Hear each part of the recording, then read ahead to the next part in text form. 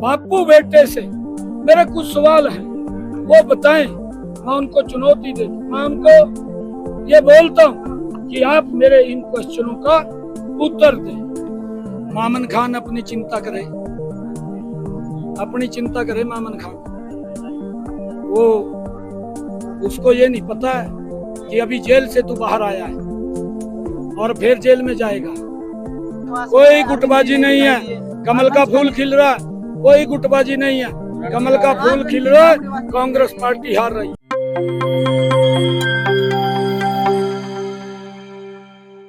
दोस्तों, आज मुख्यमंत्री नायब सैनी रेवाड़ी में थे। अवसर था भाजपा उम्मीदवार लक्ष्मण यादव के समर्थन में चुनाव सभा का और जगह थी सैनी स्कूल का ग्राउंड। वैसे तो यहाँ सब कुछ सामान्य था, सीएम का आना और समर्थकों का उन्हें सुनने के लिए पहुंचना, लेकिन चुनावी राजनीति में कुछ ऐसा भी होता है जिसके लिए ढोल नहीं पीटे जाते।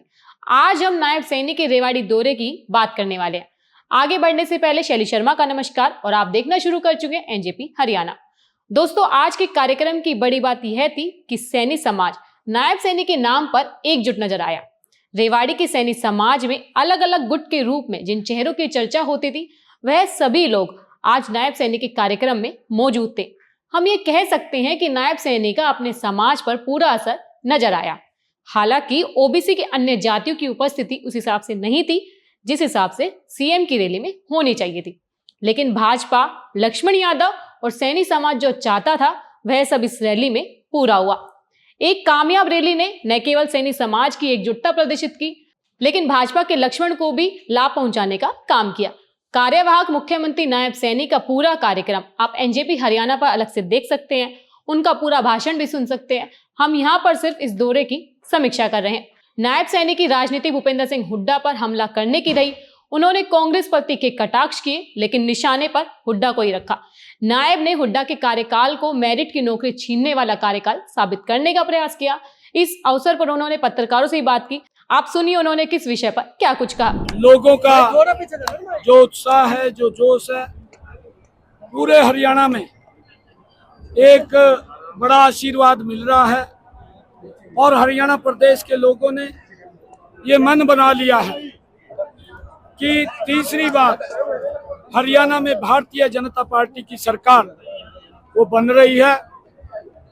5 अक्टूबर को भारी संख्या में हरियाणा प्रदेश के लोग अपने भाई बेटे को, डबल इंजन सरकार को, आदरणीय नरेंद्र मोदी जी के नेतृत्व वाली सरकार को वोट देंगे और तीसरी बार भारतीय जनता पार्टी की सरकार बनेगी।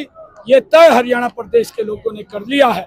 मैं आज, क्योंकि भूपेंद्र सिंह हुड्डा 10 वर्ष तक मुख्यमंत्री रहे और वो लगातार हिसाब मांगते हुए घूम रहे थे। मेरे कुछ क्वेश्चन है, मैं पूछ रहा हूँ। आज भी मैंने उनको एक क्वेश्चन पूछा है। मैंने वो किसानों के साथ उन्होंने हमेशा छल किया है, वो किसान का मसीहा बन रहा है और मैं उनसे पूछना चाहता हूं कि भूपेंद्र हुड्डा, कांग्रेस सरकार ने किसानों को लूटने वाली देश भर में अगर कोई पार्टी है वो कांग्रेस पार्टी है। हरियाणा का किसान तो कांग्रेस द्वारा किसानों की जमीन तक लूट करके दामाद को खुश करने का काम हरियाणा की कांग्रेस ने किया है। चुनाव आने पर ये कांग्रेस के नेता भूपेंद्र हुड्डा किसान हितैषी बनने का ढोंग करने वाली कांग्रेस पार्टी बापू बेटे से मेरे कुछ सवाल हैं, वो बताएं, मैं उनको चुनौती देता हूँ। मैं उनको ये बोलता हूँ कि आप मेरे इन क्वेश्चनों का उत्तर दें। आप 10 वर्ष तक 2004 से लेकर के 2014 तक हरियाणा प्रदेश के मुख्यमंत्री रहे।